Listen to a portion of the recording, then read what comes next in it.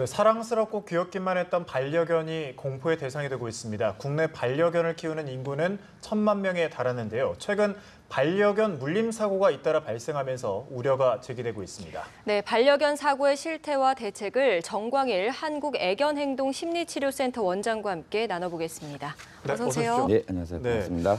일단 저랑 여기 박송희 아나운서도 반려견을 기르기 때문에 이런 반려견 관련 사고 소식이 나올 때마다 가슴이 좀 아픈데 이번 사고 지난 10일 그러니까 나흘 전이네요. 대구의 한 공원에서 맹견이 행인에게 갑자기 달려들어서 부상한 사고가 났는데 이 찰과상이 그쳤다고는 하지만 당시 맹견은 어떤 상태였나요? 네, 우선 어떤 상태라기보다는 제 생각에는 왜 공격을 했을까 또는 왜 공격을 할 수밖에 없었을까라는 부분에 대해서 우리가 전문적으로 좀 분석을 했으면 좋겠는데요. 이 개라는 동물은요, 짖음이나 소변을 통해서 자기 표현이라는 걸 합니다.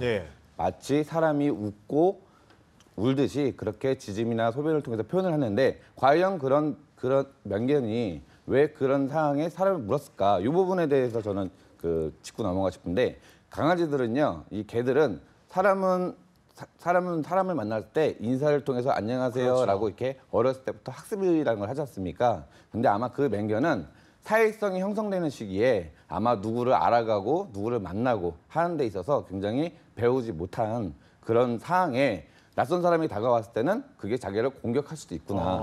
공격적인 행동으로 오해할 수도 있죠. 그렇기 때문에 그런 상황이 있었기 때문에 공격을 하지 않았을까 이렇게 생각이 됩니다. 그 사회화가 잘 안 된 개이기 때문에 좀 그런 행동을 보였다고 말씀을 하셨는데 그렇지만 어쨌든 이 개가 사냥개종이었다고 하더라고요. 그래서 당시 목줄과 입마개를 하지 않았는데 관련 법령에 보면 꼭 입마개 목줄을 해야 된다고 나와 있더라고요. 네, 그렇습니다. 동물보호법에는 사냥개처럼 사람을 공격해 상해를 입힐 가능성이 높은 개, 맹견을 규정하여 위협이나 혐오감을 주지 않는 범위의 길이에 해당하는 목줄과 입마개를 해야 한다고 명시되어 있고요. 이를 위반할 시에는 동물법에 따라서 과태료 50만 원 이하의 과태료를 처분을 받을 수 있게 되어 있습니다. 네, 또 산책시킬 때 이렇게 맹견이나 대형개 주인들이 특히 좀 더 조심해야 할 부분이 있을 것 같은데 어떤 게 있습니까? 그 부분도 꼭 맹견이 아니더라도 반려견들도 이 작은 애완견들도요. 언제든지 그런 상황이 되면은 누구를 공격을 할 수 있습니다. 꼭 당장 지금의 상황에서 얘가 성격이 착하고 명랑하지만 그런 공격할 수밖에 없는 상황이 된다면 언제든지 누구를 공격을 하거나 어떤 위험스러운 상황이 생길 수 있다는 것이죠. 그러니까요. 이 말을 사실 의사소통이 말로 이렇게 되는 게 아니기 때문에 어떤 상태인지 좀 알기 쉽지 않을 것 같은데 지난 6일이죠. 아파트 집안에서 키우던 한 반려견 진돗개가 아이를 물었던 사고가 있었는데 한 가족처럼 그동안 지냈잖아요. 왜 이렇게 물었을까요? 그 부분도 왜 물 수밖에 없었을까라는 저는 부분에 대해서 짚고 넘어가고 싶은데요. 그 전에 제가 이해 쉽게 좀 설명해 드리면 집이라는 장소는요. 편안하고 안전된 장소를 집이라 그럽니다. 근데 어려서 이제 보통 일반적인 가족분들은 내 옆에 두고 내 주위에 두고 귀여워주고 예뻐해주기만 바쁜데 어느 시기라는 게 지나게 되면요. 내가 아니더라도 너의 집에서 너가 가장 편안함을 느껴야 되고 너의 집에서 이제 보호를 받을 수 있다라는 그런 인식 자체에 대한 교육이 이루어져야 됩니다. 그런데 시간이 지났는데도 불구하고 나이가 2살, 3살이 되었는데도 불구하고 나 아니면 안 된다라는 경우를 가르치는 경우가 있어요. 근데 여기서 중요한 게 집이라는 거는요. 꼭 집의 형틀이나 또 집의 모양이 집이 아니라 사물이 됐던 사람도 그 개에게 있어서는 집에 대한 역할을 할 수 있다는 것이죠.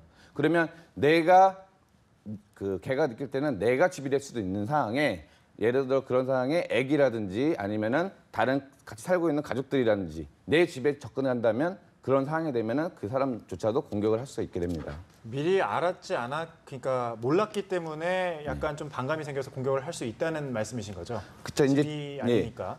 자기가 이제 늘 집이라는 장소가 왜 필요하냐면 마음속에 대한 편안함, 안정감이라는 게 굉장히 역할을 하거든요. 근데 그런 집이라는 공간이 없이 이제 집에서의 느낄 편안함이나 안정감을 사람에게 느끼고 있는 경우.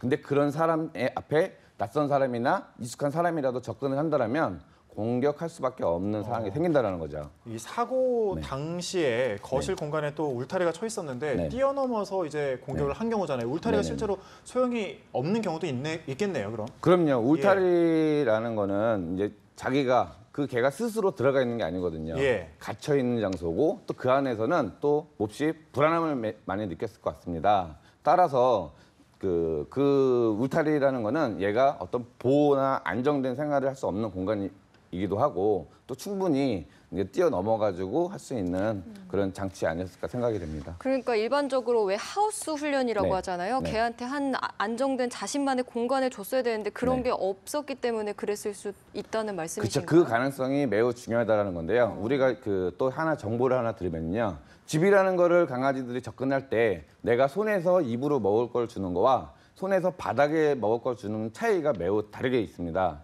집이라는 걸 정해줄 때 집 안에서 편안함을 느껴야 되고 집 안에서 좋은 일이 생긴다라고 가르쳐줘야 되는데 대개는 보통 집 안에 들어가 있으면은 손에서 입으로 먹을 걸 주거든요.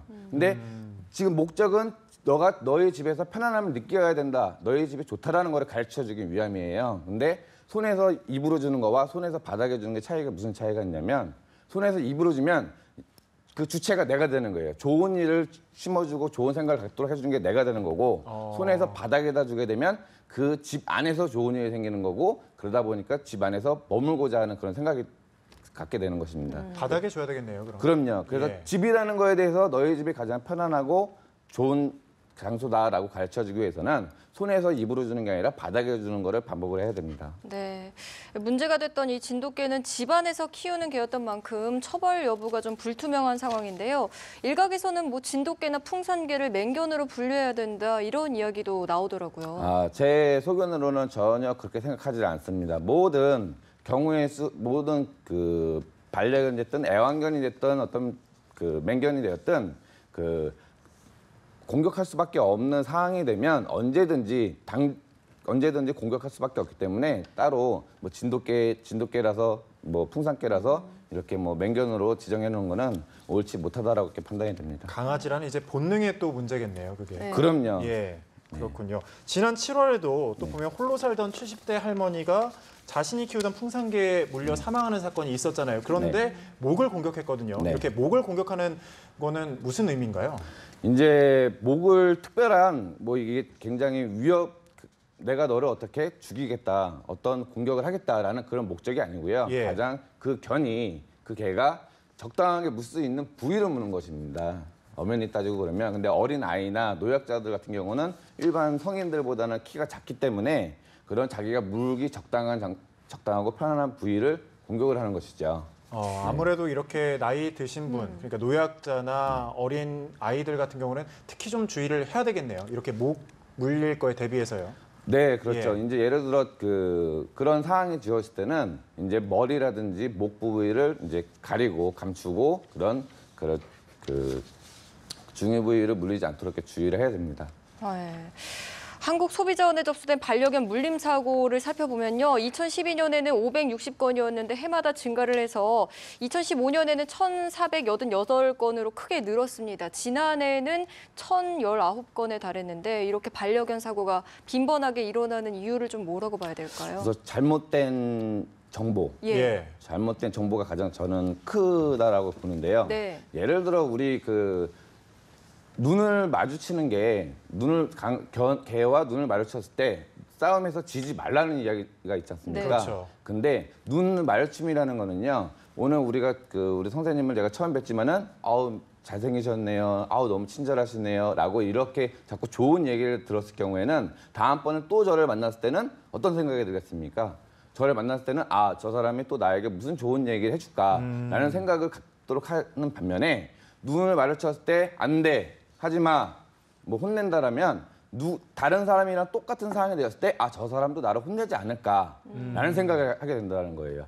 예를 들어 강아지들은 냄새를 통해서 인사를 하고 배우고 학습을 합니다. 근데 이렇게 원거리에서 근거리까지 냄새를 맡으려 호기심에 가려다가도 딱 눈을 마주쳤을 때 저 사람도 나를 혼낼 수 있는 사람이 아닐까라는 그런 의문심을 갖도록 만드는 것도 하나의 그런 아이 컨택에 대한 그런 차이라고 볼 수 있습니다. 예, 아무래도 그 말씀을 들으면 들을수록 적절한 교육과 훈련이 좀 필요해 보이는데 사회화 훈련이 아무래도 필요하잖아요. 네네네. 어떤 교육이 좀 시행이 돼야 될까요? 우선 그 사회성에 대한 교육과 예. 사회화 훈련에 대한 차이점에 대해서 제가 설명해 드릴게요. 예. 사회성 교육이라는 거는 7개월 미만, 그러니까 살아가면서 필요한 성격 형성에 도움을 주기 위한 그런 경험에 대한 그 시기입니다. 예. 마치 어린이집에 다니는 어린아이에게 뭐 오늘은 뭐 개미를 만났어요. 근데 개미가 개미를 보고 반갑게 뭐 하라니까 이렇게 인사를 했어요. 라고 마치 그 일어나지 않은 일들 상황에 대해서 처음 겪는 상황에 대해서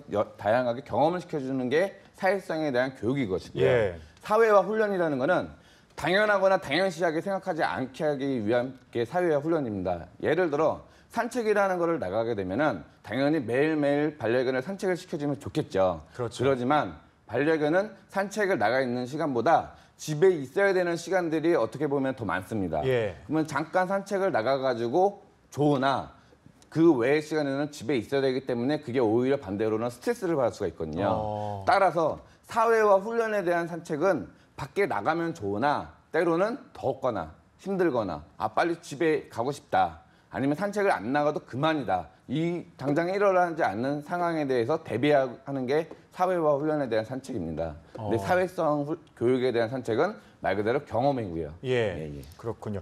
그리고 또 동물에게 네. 안정감을 주는 게 또 무엇보다 중요하다고 하는데 이건 무슨 의미인가요? 네, 사람도 마찬가지로 사람이나 동물이나 마찬가지인데 정서적인 안정이라는 게 매우 중요한데요. 이 3에서 7개월 사이가 이 성격 형성에 대한 시기인데요. 예. 이 시기가 평생에 살아가면서 필요한 성격이 70% 내지 80% 이제 정리가 되는 시기입니다. 예. 따라서 그 시기에는 반려견 스스로가 정서적으로 안정된 생활을 할 수 있도록 하기 위한 교육이 매우 중요합니다. 네, 또 반려견뿐만 아니라 개를 키우는 견주에 대한 교육도 되게 중요할 것 같은데요. 네네네. 얼마 전에 제가 즐겨보는 프로그램이 하나 있는데 거기 나오는 애견 훈련사분이 자신의 애견을 훈련하는 것처럼 보이지만 사실은 사람을 훈련하는 것이다 이런 네네네. 말씀하시더라고요. 네네네. 사실 사람이 어떻게 행동하느냐에 따라서 네. 개들도 다르게 행동하잖아요. 네, 그렇죠? 맞습니다. 그런 경우는 어떤 경우냐면요. 주가 내가 이 아이들에게 상황을 부여를 하는 거거든요. 환경을 조성하고 예. 상황을 부여를 하고. 그리고 예를 들어 아까도 제가 집이라는 장소에 대해서 말씀드렸는데 집이라는 장소에 대해서 이 아이가 편안함을 느끼고 안정감을 느끼도록 교육의 목적이 있는데 자꾸 내 무릎이나 내 주변에 두고 넌 나 아니면 안 된다라는 거를 교육하는 경우가 있어요. 그런 경우는 결과적으로 너는 너의 집에서 편안함이나 안정감을 느끼는 게 아니라 나로부터 느껴야 돼라고 가르치는 것이죠.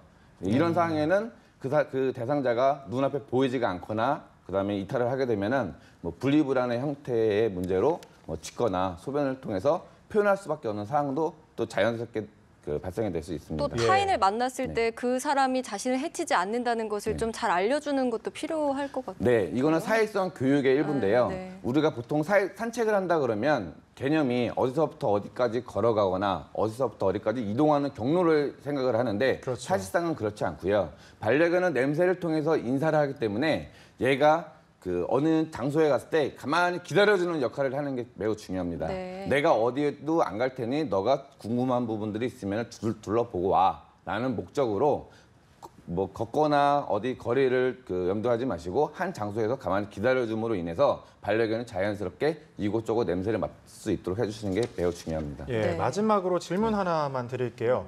아무래도 지금 반려견 키우는 인구도 많이 또 늘었고 네. 그러다 보니까 거리를 지날 때 대형개나 네. 또 이제 맹견을 마주칠 경우가 좀 흔해졌잖아요. 네. 실제로 이렇게 마주쳤을 때 대처법은 무엇일까요? 마주쳤을 때 우선 자극적인 예. 행동을 하시면은 안 되고요. 자극적인 행동이라 하면 뭐 소리를 지르거나 아니면 뭐 뒤돌아서 뛴다라든지 네. 그다음에 눈을 빤히 쳐다본다라든지 그런 행동을 해서는 절대로 안 되고. 뒤돌아서 뛰는 것도 자극적인 행동이 되나요? 그럼요. 보통 이제 어. 수렵의 본능에 의해서 얘네들이 사람이 뒤에서 뛰거나 그러면은 사냥감이라고 그렇죠. 생각을 잡고자 하는 그런 쫓아오는구나. 수렵 본능에 의해서. 자, 한 가지만 좀 말씀드리고 싶은 게 예. 있는데 우리가 공놀이나 인형놀이를 할 때 보통 던져주고 가지고 오면은 막 흔들어주고 이런 놀이를 많이 합니다. 예. 근데 사실상은 그게 수렵을 더 증가시키기 위한 놀이의 방법이거든요. 네. 우리가 알아야 되는 게 뭐냐면 사육견과 반려견이 가져야 될 성격을 구분을 나누셔야 됩니다. 이게 뭐냐면은 예를 들어 공을 던져주고 그런 놀이를 많이 하다 보면 반사적으로 애완견이 됐던 어떤 특수 목적견이 됐던 수렵에 대한 본능이 자꾸 증가가 됩니다. 네. 그러면 반사적으로 눈앞에 뭐가 팍 튀어나간다. 그러면 공격할 수밖에 없는 상황이 된다는 거죠.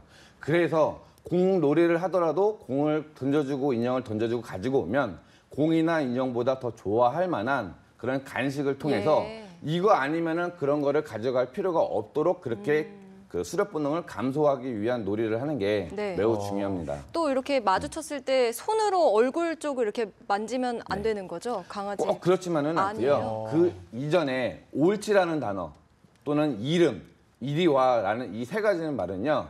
반드시 너에게 칭찬을 해줄 거야. 나 너 예뻐해 줄 거야라는 확신의 의미로 가르쳐 주는 게 목적이거든요. 근데 대개의 분들은 옳지라는 의미에 대해서 별로 이렇게 중요하게 생각을 안 합니다. 근데 옳지라는 의미를 부여를 하면서 반드시 그 말 뒤에는 칭찬을 받을 거야라는 걸 가르치게 될 경우 옳지라고 이렇게 그 다음에 이렇게 만져주고 그러면 낯선 누가 이렇게 접근을 하더라도 그 단어를 쓰게 되면은 아, 저 사람도 나를 칭찬해 주겠구나라는 네. 확신적인 인식을 갖게 됩니다. 알겠습니다. 여기까지 듣도록 하겠습니다. 지금까지 정광일 한국애견행동심리치료센터 원장과 함께했습니다. 고맙습니다. 네, 고맙습니다. 고맙습니다.